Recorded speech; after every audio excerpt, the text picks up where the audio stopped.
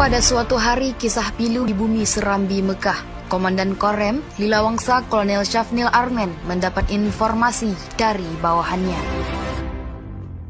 Informasi yang sudah lama ditunggu-tunggu itu menyebut seorang ulama kenamaan dari Betong Ateuh, Aceh Barat diduga menguasai benda-benda berbahaya. Tengku Bantakiah, nama sang ulama, dicurigai menyimpan ratusan pucuk senjata api. Dugaan lain menyebutkan senjata-senjata itu ditanam di sekitar pesantrennya di Desa Blang Merande, Kecamatan Betong Ateuh di Kabupaten Nagan Raya, Aceh.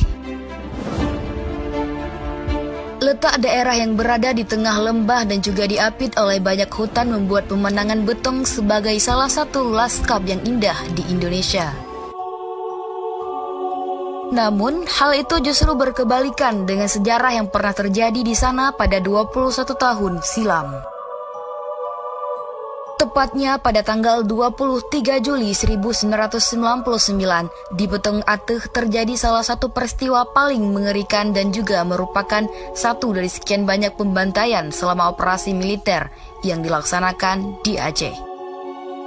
Yakni peristiwa Betong Ateuh atau juga dikenal sebagai peristiwa Tengku Bantakiah. Tengku Bantakiah sendiri adalah seorang alim ulama yang memimpin sebuah pesantren yang terletak di Betong Ateuh bernama Pesantren Babul Al-Nurillah yang dituduh oleh TNI sebagai tempat penyembunyian alat logistik GAM. Tuduhan ini tidak pernah terbukti, namun akses dari tuduhan tersebut adalah pembantaian terhadap warga sipil yang merupakan jamaah pesantren dan juga Tengku Bantakiah sendiri yang dilakukan oleh personel TNI yang berada di bawah kendali operasi ataupun BKO.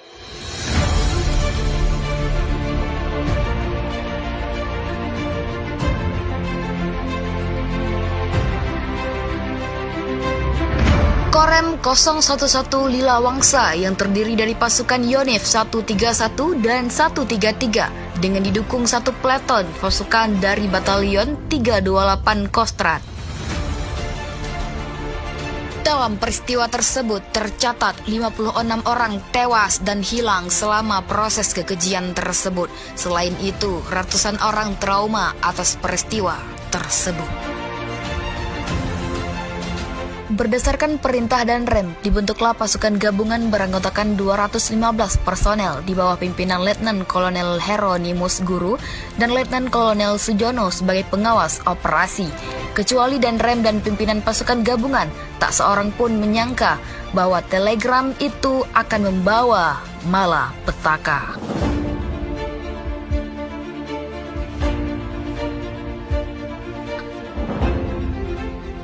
Pada tanggal 22 Juli 1999, pasukan gabungan tiba di Betong Ateuh. Mereka mendirikan tenda-tenda persiapan untuk melakukan penyerbuan. Warga sekitar menyaksikan kedatangan pasukan dengan perasaan cemas. Mereka tidak tahu mengapa tentara datang tiba-tiba dan dalam jumlah yang sangat banyak.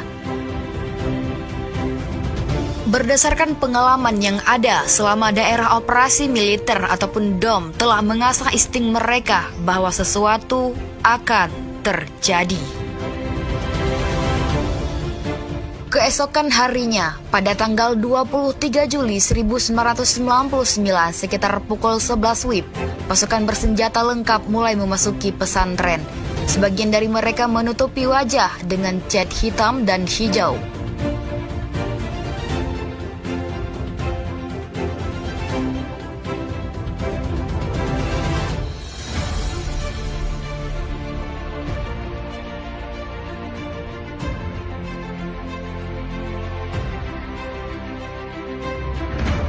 Di dalam komplek pesantren, beberapa pasukan melakukan penyusuran, meneriakkan nama Bantakiah dengan hujatan dan cacian.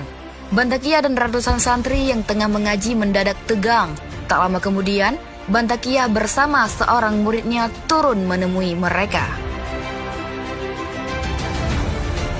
Setelah bertemu Bantakiah dan menyampaikan urusan mereka, Sujono mengontak Heronimus lewat radio soal tindakan yang harus dilakukan. Heronimus tak kunjung menjawab, Sujono pun meninggalkan lokasi. Pasukan yang meradang itu menggeledah pesantren dan dengan kasar memerintahkan semua santri laki-laki dewasa turun serta berkumpul di halaman pesantren dalam posisi jongkok sambil memperlihatkan KTP.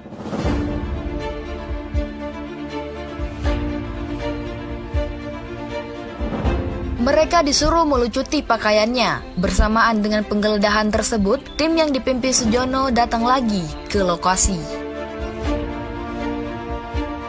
Sujono memaksa Bantakiah menyerahkan semua benda yang diduga ia simpan. Bantakiah membantah, ia merasa tak pernah memiliki sepucuk pun senjata seperti yang dituduhkannya. Tak puas dengan pengakuan Bantakiah dan tetap memaksa, pasukan pun langsung mengeksekusi.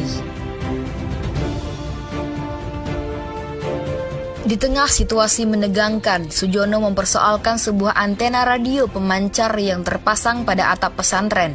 Ia menyuruh Usman, salah satu putra Bantakiah, untuk mencopotnya. Setelah itu, kekejian perlahan-lahan mulai menampakkan wujudnya. Usman berjalan menuju rumah untuk mengambil peralatan agar lebih mudah membongkar antena. Namun sebelum ia mencapai rumah yang jaraknya hanya 7 meter dari tempat berkumpul, seorang pasukan memukulnya dengan senjata api. Menyaksikan putranya disakiti, Bantakiah pun berusaha mendekati dan memeluknya.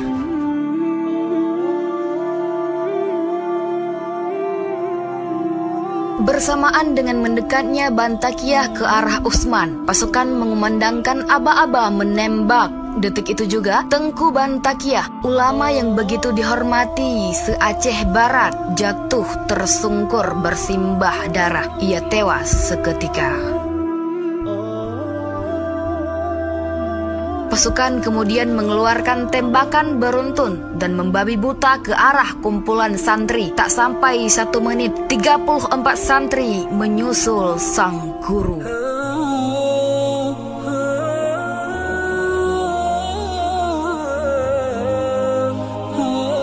Setelah berondongan tembakan berulang-ulang itu, pasukan mengumpulkan santri yang masih hidup untuk dibariskan. Dengan dalih membawa mereka berobat, santri yang mengalami luka diangkut. Bahkan santri yang sama sekali tidak terluka juga ikut dibawa. Semua berjumlah 23 orang. Mereka dinaikkan truk untuk dibawa menuju Takengon. Hanya beberapa orang saja yang sengaja ditinggalkan. Di tengah perjalanan, tepat di kilometer 7, 23 santri itu diturunkan dan diperintahkan berjongkok persis pada bibir sebuah jurang. Disitulah mereka juga ditembaki secara membabi buta. Pelaku-pelaku dalam peristiwa ini telah diadili melalui mekanisme pengadilan koneksitas pada tahun 2000 silam. Namun, mekanisme pengadilan ini tidak sama sekali memenuhi standar-standar penyelesaian kasus yang berkeadilan untuk korban dan juga penghukuman terhadap pelaku. Hal ini tercermin dari masih belum terpenuhinya rehabilitasi, restitusi, dan kompensasi kepada korban dan juga pengungkapan kebenaran terhadap peristiwa tersebut.